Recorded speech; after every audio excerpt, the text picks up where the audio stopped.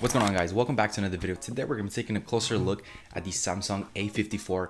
I went ahead and I purchased this phone. I really wanted to see what a Samsung A series phone would look like. I really wanted to test it out, just as the simple performance, basic specs and all that stuff, kind of a day-to-day usage, and just see if it's worth it for you guys to buy. So don't worry, guys, I bought it in the sole purpose to review it for you guys and to see if you on your end should buy it, and if you are in the market for a Samsung phone, more specifically in the A series, if you should buy this one. So I went ahead and I picked up this phone, I'd say like 2 weeks ago, and I've been using it on a day-to-day basis, like literally every day. I've been running through the main apps, like just like every day, scrolling on social media. I've been running through my emails, been checking out on my YouTube studio, checking in on YouTube comments with you guys, and pretty much all of the basic stuff. And I kind of want to break down this review in a couple of sections. So I really want to take a closer look at, first of all, the overall design of the phone, which is very familiar, and I think a lot of you guys have already seen a familiar design to this one, so you're probably already familiar with the design of the Samsung S23 and the S22 lineup, but this is very, very similar to the S23. We're going to get into that in a little second. I also want to talk about the performance of the phone, which is something that a lot of you guys are probably wondering about. You want to know how's the phone on a day-to-day basis. Does it perform well? Is it fast? Is it responsive? Does it have any glitches, any lags? We're going to get into that. And also we're going to touch about a little bit of the other stuff. So like the camera system, the back end cameras, triple camera setup, which is very nice. And the front end camera, we're going to talk about the screen and all of that stuff. Now, with all that being said, I do want to start off by saying this is a Samsung A series phone. So yes, A series means that it is a little bit more on the affordable side. It is more kind of like, I would say, entry level, even though there is another smartphone in the Samsung lineup, which is still an A series, and that's the Samsung A14, which is even more affordable than this one. It's probably half the price of this one, but I'm gonna be honest with you guys, this phone comes in just under $600 here in Canada. So if you're in the US or probably anywhere else in the world, it's probably around the same price or a little bit less. But guys, for under $600, this has to be probably one of the better phones out there. So ultimately, with the $600 phone, what can you expect? What are you looking at? What kind of product are you looking at? So you're looking at a very solid product for the most part. I do have to say, before we jump into any of the specifics and any of the details, I do have to say that if you were thinking about copying or dropping the phone, this is a solid cop. Now, really quickly, before I jump into the performance and how the phone behaves on a day-to-day basis, I do want to say that this is a familiar design. We are very familiar. So if you are familiar with the Samsung overall body shape and size, if you are familiar with their new lineup, you'll notice that it's super, super reminiscent of the S23, S23 Plus lineup, which I actually had reviewed on the channel, and I really, really love that phone. I had a great video about it. If you guys ever want to check it out, it'll be somewhere up here. But yes, the A54 is very reminiscent to the S23. It's kind of like the little brother, about the same features. There are obviously some nitpicks here and there. There's obviously some features that have been kind of like downgraded or changed to the simple nature that it is also basically half of the price of the S23, but nevertheless it does hold its ground. So as you can see here in my hands, I am holding the graphite colorway. This is this really simple black colorway. Very nice design, super sleek, super simple, minimalistic. I think this is great. A lot of companies are starting to do this kind of design with their phones. Simple design, very clean, gets the job done. You don't really want a super crazy flashy phone, but overall the design is super clean. We have this nice glossy finish on the back, and overall the materials on this phone are not extremely premium, so they're not the top end materials like you will see on the S23 Ultra or the S23 Plus, but for the most part it does feel really good in the hands. And I do have to say that that kind of leads me into the size of the phone. Now I do have to say that this 6.4 inch display is really the sweet spot. It has to be kind of, in my personal opinion, after testing a couple of phones throughout the year, I do have to say that this is probably the sweet spot. It's kind of perfect, actually. It's rare that I say that things are perfect, but this shape and size is really nice. I do like the kind of more elongated look to it. So it's a little longer on the top end of the phone, and I feel like it's just the perfect size. It's not too small, but it's not too big. It's just perfect. And also the sleek, simple, slim design of the phone. It all fits into this really nice package that I think is awesome for pretty much everyone. So if ever you're someone like me, I do have naturally some slightly bigger hands than a lot of other people. For me, phones that are kind of smaller, which is like pretty much like if you would look at the iPhone 13 mini or the 12 mini,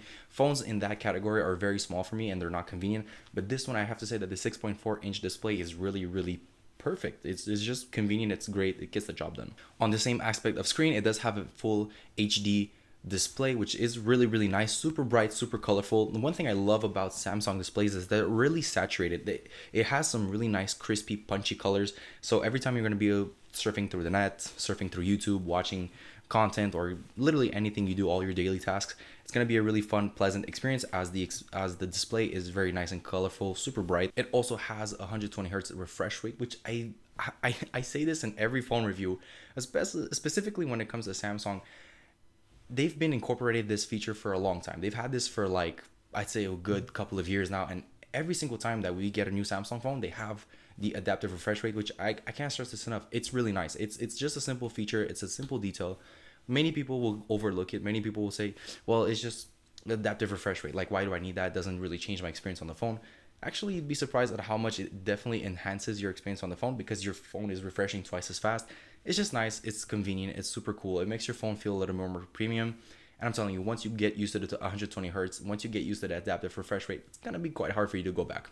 All right, so really quickly before we jump into the performance of the actual phone, I do want to say that the unboxing experience is actually very simple. It comes in this really simple box, very minimal. You only have the basics inside, which I actually kind of enjoy. I think it's a good thing that companies are starting to do this.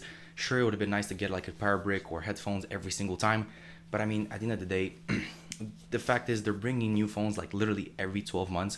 So if you want to upgrade, there's always an option for you guys. There's always a new product for you guys to buy. So I do think that the small, minimal packaging is the best. And you want to know what's the best part is when I got this phone, they literally offered me a pair of free Galaxy Buds Live. So if you guys go ahead and click the link in the description down below, this video is not sponsored by any shape or form by Samsung, but literally I'm just trying to make you guys benefit from the deal that I got. I got a pair of free Galaxy Buds Live, which is actually their second generation, and they're really good. I've been using them throughout the whole time that I've had the phone because obviously got them together, and I gotta say that this pair of buds is really good, super clean, super simple. They're actually this new in-ear technology, so they're very minimalistic, very simple.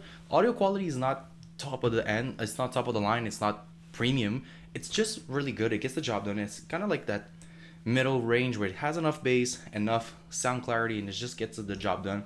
Obviously, it has some pretty impressive battery life for the small form factor. So I'm telling you guys right now, this is probably one of the better deals you can get. It's almost the midway mark throughout the year, and if you're looking for a smartphone, this probably has to be the best combo. You're getting a really good phone that's kind of in the middle spot. It's kind of like in the sweet spot. It's not too expensive, but it's also really good in terms of performance, which we will be getting into in a second. And it comes with a pair of free wireless headphones. Like, what can you ask for more? So now let's get into the performance side of things. First things first, it is a 5G model. So if your area supports 5G, that is something that you can look forward to. Now, I know here in Canada, we're starting to get 5G a little bit across the country. I know in the States, 5G has been around for a little while. So if you guys are in the States and you're thinking about picking this up, it is fully 5G compatible. So in terms of performance, it's actually pretty solid. I'd say it's not the best smartphone on the market. Obviously, it's a little bit more budget. It's a little bit more entry. And I know some of you guys might say, oh, this is not completely entry level. But if you compare it to like a Samsung S23, which is $1,000 and more, depending on also the size that you get. So if you're getting an S23 Plus, you're going to be looking at a slightly higher price. If you're going to get more storage, you're also looking at a higher price. So, you can kind of gradually go throughout the prices. It can constantly go up. But if you're looking at the baseline model of the S23 and you compare it to the baseline model of the A54, you're going to notice that that $600 difference does impact the phone, but not that much. There's obviously some premium features on the S23 that you will not find on the A54.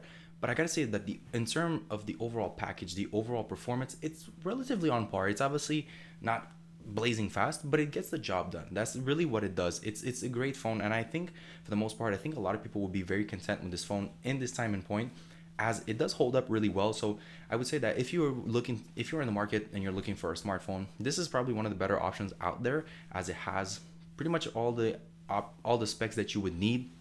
Performance is great. So when it came down to like scrolling on social media or really just checking on emails and all of that stuff, pretty much all the daily tasks, using an app that I really love called Notion. That's actually one of the main apps I use all the time. It helps me organize all of my content, all of my ideas and everything. So when it came down to all of those things, overall usage of the phone, it did really good. It just did really well. I didn't really experience any bugs, any slowdowns.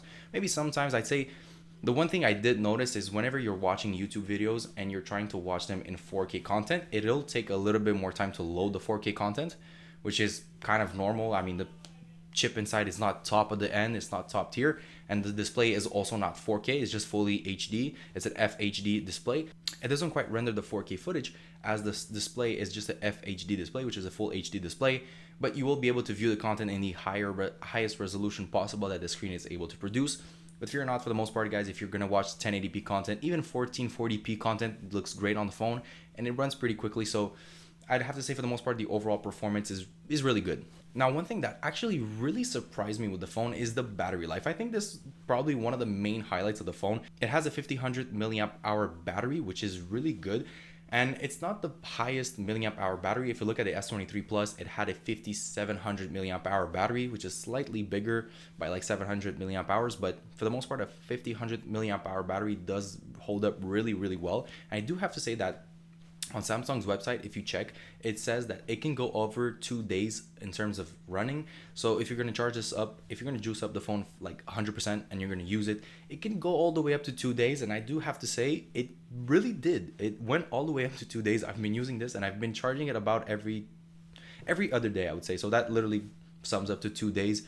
Holds up really well. Now, I haven't been using it too heavily as well. It's not been like 8-9 hours a day. It's mostly been like 4 to 5 hours a day, sometimes even less. But yeah, I definitely have to say that it holds up really well. The battery is actually one of the more impressive aspects about the phone. So if you are looking for a phone that has a better battery, this is probably one of the better options out there. Definitely worth considering. Now, with all that being said, not only was the battery life really good, but the camera system actually holds up really, really well compared to other Samsung phones in the lineup. I think I really have to say that before I'm going to get into the cameras, I do have to say that this probably has to be the sweet spot phone of the year. It's really nice, it's simple, it's clean, and it has really good performance and good specs overall. So with that being said, let's get into the cameras really quickly. So on the front facing camera, you have a 32 megapixel f/2.2 camera, which is really good. It takes some decent selfies. I have to say they're pretty high in contrast, very sharp, and especially if you have good lighting, they're going to take some really good photos. Now, it kind of goes without saying that if you're going to be in low light, the front-facing camera is not going to hold up that well. Expect some noise in the pictures, but for the most part, during daytime, it takes some really good selfies. Now, the camera system on the back end is actually where this phone becomes kind of impressive. So at the top, you're looking at a 12 megapixel ultra-wide camera with an aperture of f2.2, which is really good. Takes some really clean, sharp pictures, especially during the daytime. Like I said, nighttime photography is also a feature that is available with this phone, and it does take some really solid pictures and videos in the nighttime. I'm definitely gonna say that I am impressed. I know for the most part, Apple tends to have a better reputation in terms of cameras and pictures, but this one definitely holds up as it is a newer model. It came out, roughly a month ago. And I have to say that the nighttime photography and the overall photography on the ultra wide holds up really, really well. Now for the main camera, you're looking at a 50 megapixel camera with the f1.8 aperture. Really good, takes some really sharp pictures. I gotta say, this is kind of like the ×1 zoom, ×2 zoom. It's really good. It's obviously probably one of the better cameras in the phone. Takes some really sharp pictures. I gotta say, during the daytime, I've experienced some really, really beautiful pictures, some really sharp details, high contrast, high saturation, which definitely gives some really good looking photos. You can literally post them as they look. You wouldn't really need to do much editing, as the main camera definitely holds up, and that's also due to the main fact that it is a 50 megapixel camera. Now, last but not least, you're also looking at a macro camera that has an 5 megapixel camera range, and it is an aperture of f2.4, which is also pretty good. It takes some pretty good photos, but I say for the most part, a lot of people won't really tap into the macro. It is there. It was introduced with the iPhone 13 Pro. I think that was one of the first phones to have it, and I've seen a lot of phones implement this macro feature in their phones. It's there. It's not the most useful, convenient feature in the world.